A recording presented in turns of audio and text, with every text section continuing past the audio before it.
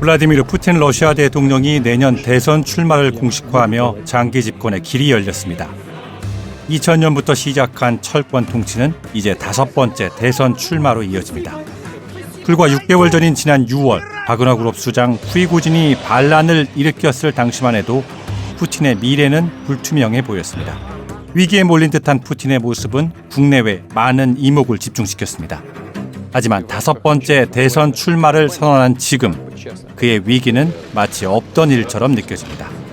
푸틴을 위기로 몰아넣었던 것도 다시 살려낸 것도 바로 우크라이나 전쟁입니다.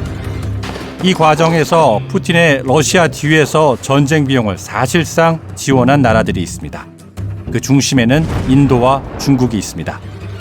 그들의 은밀한 거래는 푸틴의 정치적 미래와 러시아의 입지에 어떠한 영향을 미칠까요? 러시아는 내년 예산을 올해보다 16% 증액했습니다. 이 가운데 국방비를 거의 2배로 늘렸습니다. 구소련 붕괴 이후 최고치입니다. GDP의 6%에 달할 것으로 예상되는데 전체 정부 지출의 3분의 1이 국방비입니다. 증액한 국방비는 예상대로 무기 구입 등 우크라이나 전쟁에 쓰일 것으로 보입니다. 안톤 실루아노프 재무장관은 가장 중점을 두는 것은 우리의 승리를 보장하는 것이다. 군대, 방어 능력, 전투기 등 전선에 필요한 모든 것, 승리에 필요한 모든 것이 예산안에 있다고 말합니다. 우크라이나 전쟁으로 서방의 경제 제재가 가해진 가운데 푸틴은 보란듯이 시장에 엄청난 돈을 풀고 있습니다. 푸틴의 자금줄은 원유 수출입니다. 러시아는 세계에서 3번째로 큰 원유 생산국.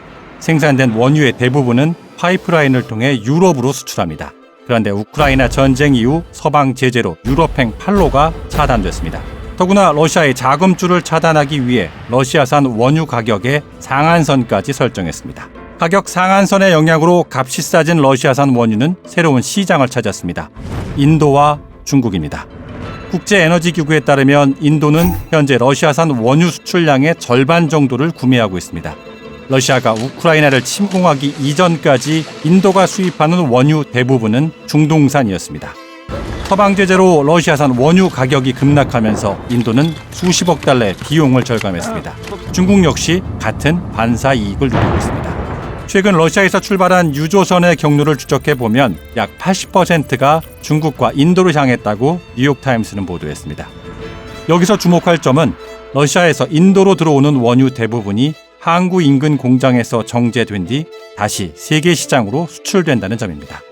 여기에는 러시아를 제재하고 있는 유럽과 미국 등 서방 국가도 포함됩니다.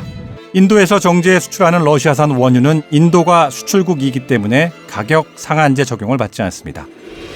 다시 말해 시장 가격으로 판매한다는 얘기인데 여기서 막대한 차익이 발생합니다.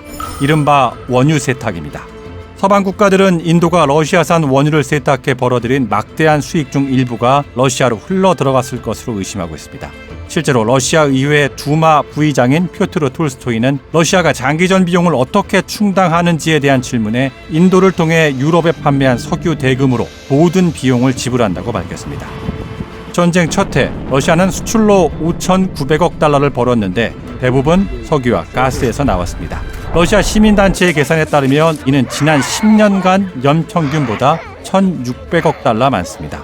전쟁 2년 차인 2023년 수출로 벌어들인 금액은 평균보다 600억 달러 정도 더 많을 것으로 추정됩니다. 전쟁 비용이 연간 최소 1,000억 달러에 달하므로 석유로 인한 수입으로 전쟁 비용 대부분을 충당할 수 있는 셈입니다.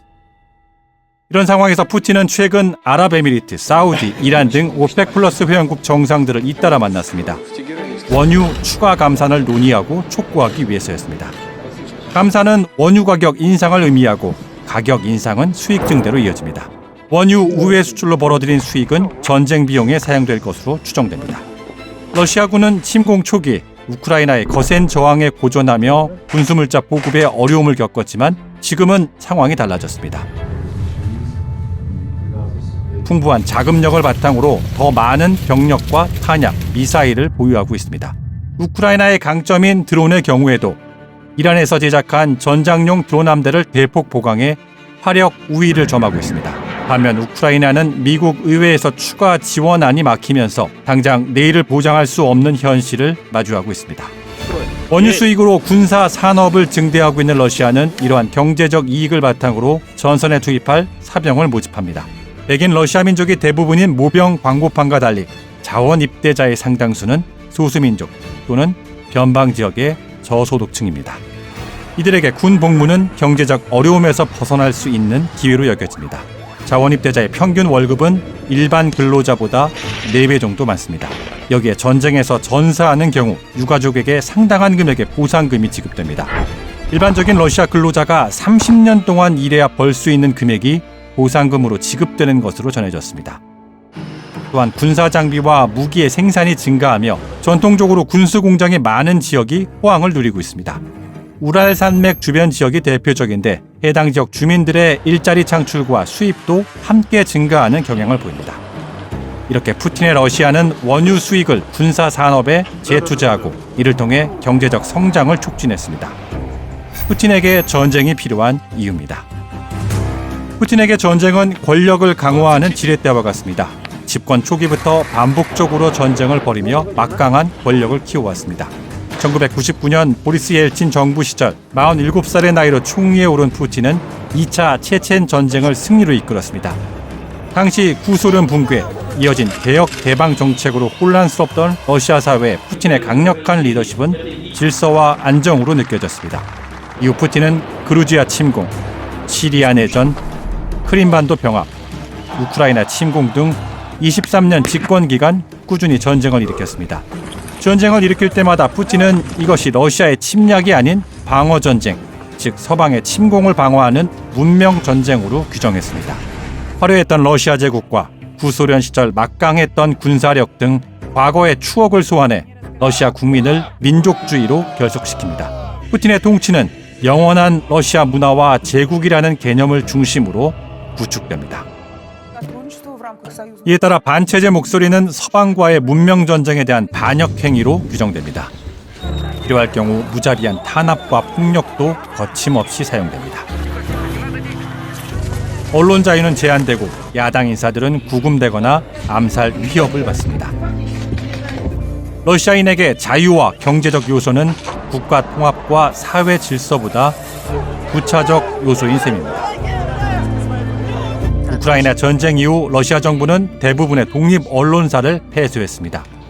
전쟁과 푸틴에 대한 비판 등 진실을 말하면 범죄가 되는 사회입니다. 폐간된 독립신문 노바야 가제타의 편집자는 뉴욕타임스와 인터뷰에서 러시아는 질식사회, 침묵의 탑이 되었다고 비판합니다. 우크라이나 전쟁 초기 러시아 정부가 페이스북과 인스타그램 등 서방 SNS를 금지한 것도 같은 맥락입니다. 그러나 나토의 동진 정책, 즉 우크라이나를 포함한 구소련 공화국들의 나토 가입 추진이 러시아가 전쟁을 일으킨 주요 원인 중 하나라는 점은 부인하기 어렵습니다. Наша позиция заключается в том, что если республики бывшего Советского Союза будут приниматься в НАТО, то мы пересмотрим всю систему отношений с этим союзом. Что это значит? А это значит то, что мы не хотим, чтобы они бы поступали в НАТО. 하지만 푸틴의 장기 집권에는 3가지 변수가 있습니다.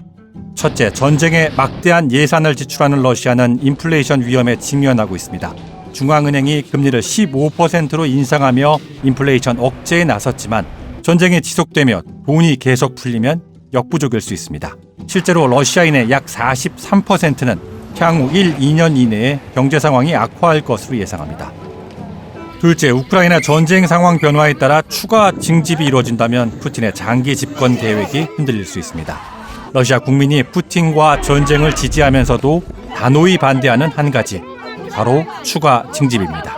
2022년 9월 징집령이 발표됐을 때 푸틴의 지지율은 80%대에서 50% 수준으로 떨어졌습니다. 이 당시 죄수들을 징집해 푸틴을 위기에서 구한 건 의문의 비행기 사고로 숨진 바그너 그룹 수장 예부게니 프리고진입니다.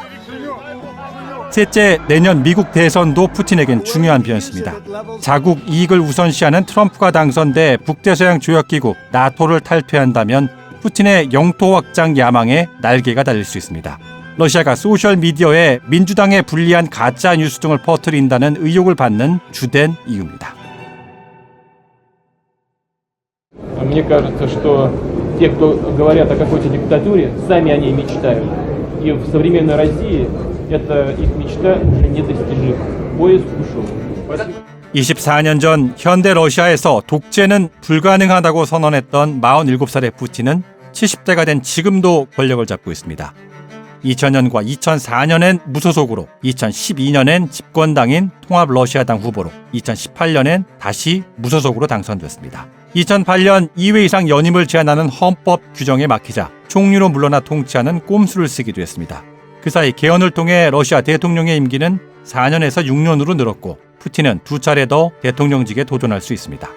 내년 5선에 이어 2030년 6선에 성공하면 2036년까지 무려 36년간 러시아를 통치하게 됩니다. 그때 푸틴의 나이는 84살입니다. 푸틴은 2024년 3월 대선을 앞두고 우크라이나 전쟁을 집요하게 이용하며 이념 공세를 강화할 가능성이 큽니다. 전쟁은 우크라이나에서 벌어졌지만 모스크바의 적은 그 너머에 있다는 이념론입니다. 2022년 우크라이나 전쟁이 시작될 무렵 모스크바 붉은 광장엔 이런 반전 구호가 걸렸습니다. 1945년 파시즘에 승리한 나라, 2022년 파시즘이 승리한 나라. 20세기 나치 독일을 물리치고 파시즘을 몰아냈던 러시아가 21세기 파시즘의 나라로 변모하고 있다는 비판을 담고 있습니다. 2년이 다 되어가는 우크라이나 전쟁. 지금까지 양측의 사망자는 최소 20만 명을 넘은 것으로 추정됩니다. 12월 초 발표된 여론조사에서 푸틴 대통령에 대한 국민 지지도는 75.8%를 기록했습니다.